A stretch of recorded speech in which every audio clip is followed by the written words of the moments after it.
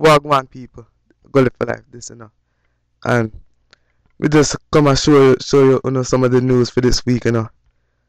First we have the Robert Livingston interview on ER. First.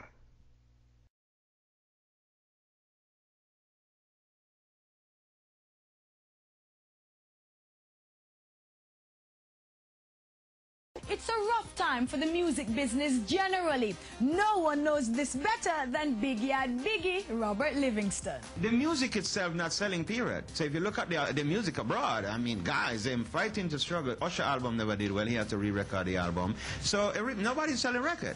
We always at the bottom of the game. And we're still there, but at least we are there.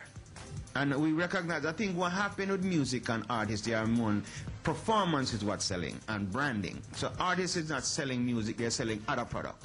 Even tougher times ahead, perhaps, for Buju Banton. But Livingston doesn't see the DJ. Next we have Richie Luke's Fusion Rhythm at Big Yard Studio.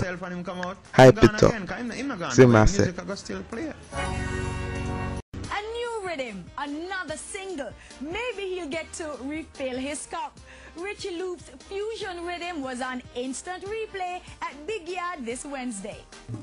When Friday come, yes, mention it, ready? Live and direct. Real thing, so when you see it, take a trip with me. Guys, drunk. You understand, yes? No, that is a real. Got to hold it. Big Fusion. Producer and now Sinjay Richie Loop hit a career high with last summer's party anthem, My Cup. Richie Loop, the Right, that's all.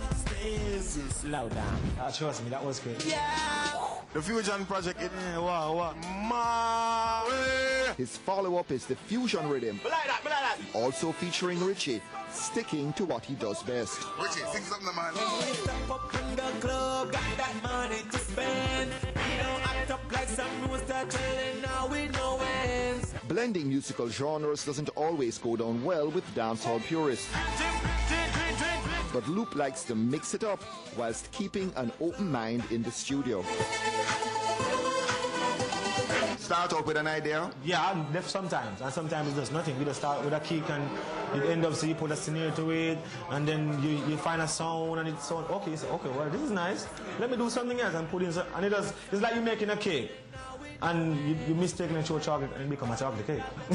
Look, come here, say him name Mr. Cup, I mean name Mr. Drinking. DJ vet Fambo given a new lease on life by Sean Izzle's One Day Rhythm. Yeah, you know Sean is representing. Also takes a ride on Fusion. 0-0. Mr. Cup and Mr. Drinking. Yes, we are the in thing. Tell me what's your name, then go tell Richie Loop what the drinking. Richie, you are the sickest. Master time flow, him have new flows, him have new melodies, him have new songs, him have choicer words, him more educated, him more open. The man is more grown. He's just like, yo, God no. Me personally, me feel like me a future fan, but biggest fan. You fly like Mary Poppins, got flavors like Baskin Robbins, so pull up.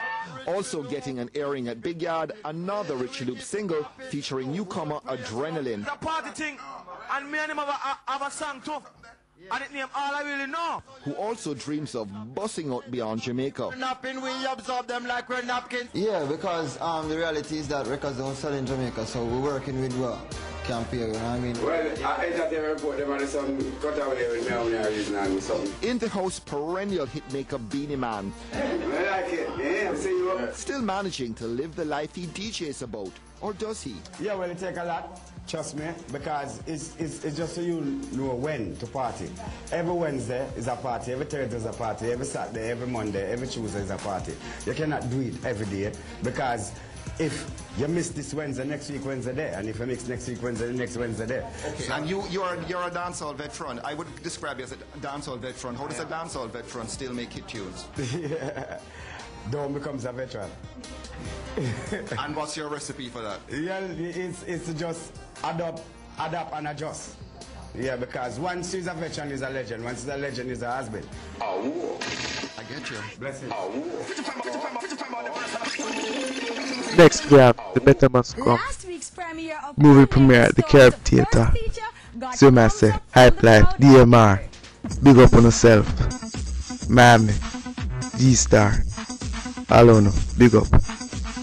All the supporters them, so I say. Anticipation at good old Carib, the premiere of the first Jamaican film in several years. Lots riding on moviegoers liking what they see. In the lobby, music video directors, other filmmakers, cast, crew, and film buffs. Better Must Come was years in the making. But really, I just want it to happen. I want to see the people react. I want the film to hit play. Director Storm Salter's first feature, a tale of two tribes, two lovers, and a blood-soaked episode of political history. If there's one thing about this movie that might disturb somebody, what's that going to be, Storm? It's not, you know, we live in a society that is often very ugly, and we are aware of it, but it's almost like we don't want to express it in a certain way. And I think we have to express it to try to change it. Green Bay then, Tivoli no. Recent events make Better Must Come's release next week nothing if not timely. And the timeliness of all of that is going to work for the movie. We think it's going to work for the movie, yeah, especially like Dudas' trial is about to start, and, you know, we hope that, you know, Dudas actually says something about Better Must Come for him, you know, and that will reflect on the movie, yeah. Better Must Come introduces several fresh faces. How come every time I turn on my pipe I just in the water? Yeah man, but you wanna know, about 3 years this movie I thought about it, you know what I mean? So the marketing kind of strong, the reverence towards it strong from the industry, so we like that. Everybody wants to see it. Yes, man. Me want to see it. I really want to see my virgin. I really want to see the work. Cause we put enough work in it, and enough work in it. We didn't know anything about the 1970s, and, you know, booking the movie, we went and did research and we shared stuff with each other, and it's just amazing, and it's good. I've learned so much, and I'm just so excited. Dwayne Pusey didn't find it a stretch playing someone called Dog Heart. You know, remember to Jamaica, I'm gonna see everything, you know. So by seeing stuff, natural. Ricardo Orgil is flames. Enough things I learned from Better Must Come, because I never did know the history about Green Bay. I never know if I act a lot. American Roger Smith's character never gets mentioned by name, but he's a dead ringer for Michael Manley. This is a revolution! How did they get you on board? How did they manage to sort of, you know, okay, we want you to be a part of this? They took me to Gloria's and said you can have all the fried fish and bami that you want with a red stripe, and I said I'm good to go. From concept to can, this pot's been on the fire a long time. You know what I mean?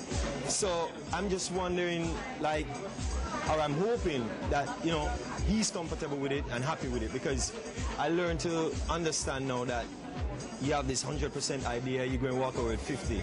Honestly, I saw the movie when it first came out at the Flashpoint Film Festival. It was a little long, the story was there, so I'm really interested to see what scenes they took out and how they got it down to 2 hours, but Storm's a talented kid. Kim Marie Spence sees Better Must Come as breaking a drought, with a little help from Jampro.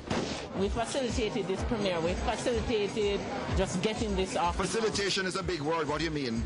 It means making the phone calls, it means pulling this together, and it also means writing a check. I mean, one of the things we want to do is that Better Must Come is a story, it's our story, and we want to get it out there, not just for Jamaicans, but for the world. And how much was that check? I'm not going to tell. Okay, enough of those guys. What did moviegoers have to say about the film? Oh, it was excellent. I was fighting back tears. I think it was excellent. 7 and maybe a 10 sometimes. Oh, I loved it. You definitely need to come and see it yourself. It was real. It touched home.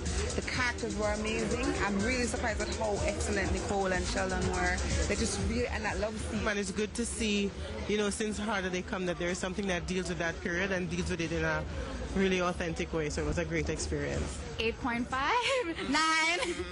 It was really good. It's a wonderful achievement for Jamaican cinema. It was beautifully directed. The acting was fantastic. I hope to see more films like this soon. When we think of people like Perry Hensel and The Harder They Come and the fact that they were the pioneers, and then I experienced this film tonight, I say to myself, the industry's in good hands. All in all, it was an awesome film, and I hope that everybody in Jamaica gets a chance to go and see it. You know, Better Must Come is it right now. I think it's an extraordinary bookend to The Harder They Come. Thumbs up there for Better Must Come. Here are the top 3 reasons why you should log on to www.hypelife.tv. 1. Home of Hype It Up, the hottest urban reggae dancehall entertainment, fashion, and nightlife show. View, home of dancehall music review for the modest tunes, rhythm, gossip, news, reviews, Reason 3. Want the hottest news and updates for the day? Log on to www.hypelife.tv. What you ain't on? Log on